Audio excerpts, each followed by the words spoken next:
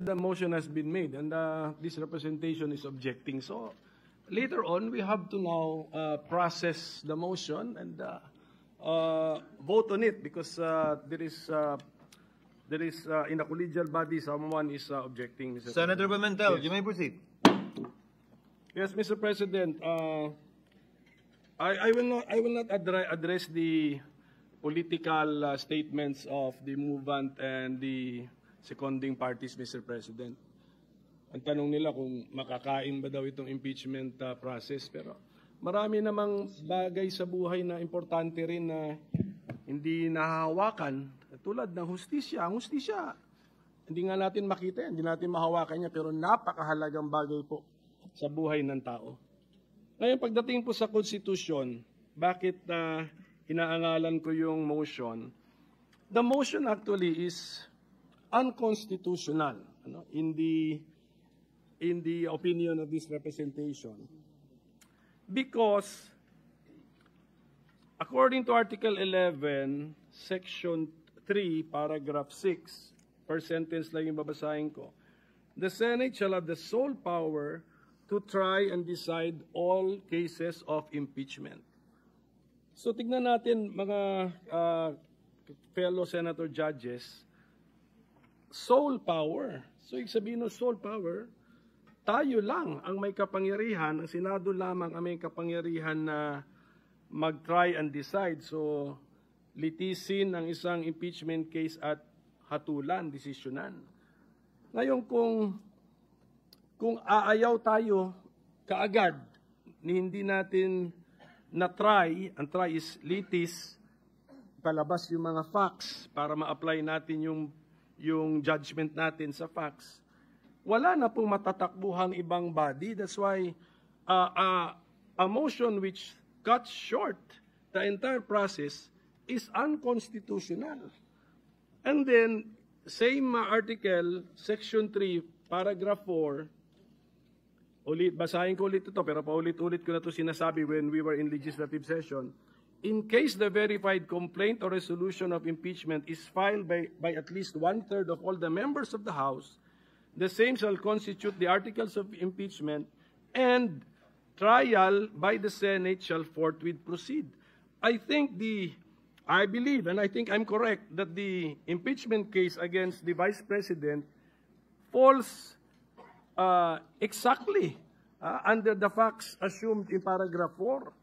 This is the articles of impeachment filed by at least 1/3 of all the members of the House. Lampas-lampas pa nga sa 1/3 of all the members of the House. Therefore, what should the Senate do? Trial by the Senate shall forthwith proceed. So, trial means we bring out the facts so that we can now apply what is the mandate of the Constitution. Mag-decide tayo given the facts. Should that impeached official continue to remain in office, or should that impeached official be removed from office? High-ranking government official. So kung makita po natin, in two constitutional provisions, andun yung word na try, andun yung word na trial.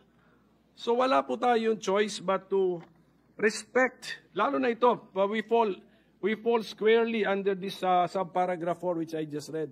We have to respect the decision of the overwhelming majority of the members of the House of Representatives, more than 1/3, because they are also the representatives of the people. If they find something worthwhile charging a high-ranking government official with an impeachment and impeaching that official, the Senate has no choice but to hold the trial. Bakit? Yung mga representatives ng taong bayan sa House of Representatives, gusto rin makita ng taong bayan, did they act properly? Did they act justly? Ano bang ebidensya nila? Ilabas yan. O kasi kung wala ring ebidensya, sinayang yung oras, sinayang yung resources, next election, lagot kayo sa inyong constituents. And then at the same time, a trial necessitates respecting the rights of the parties. We are also respecting the right of the impeached official kasi Kaya nga tawag sa kanya, impeached officer na siya eh. So, na-tarnish na nga actually ang kanyang reputation in public service ng House of Representatives. The trial will give that impeached officer the chance to clear of his or her name and at the same time maybe rebuild his or her reputation, Mr. President. And then, since the presiding officer, when we adopted the rules, when he made the motion to adopt our rules, we did not only adopt our Senate rules on impeachment, we also adopted some rules of the rules of court and then some circulars and some amendments. In a court proceeding, ito by analogy, we are actually like a court. In a court proceeding, since the judge should observe the cold neutrality of an impartial judge, yung mga pagkakamali or pagkukulang alleged sa complaint, sa information, it should be the affected or aggrieved party which should raise that before the judge or before the judges in a collegial body. Yun po yung tamang kilos ng cold, neutral, and impartial judge. Let the parties point this out to us.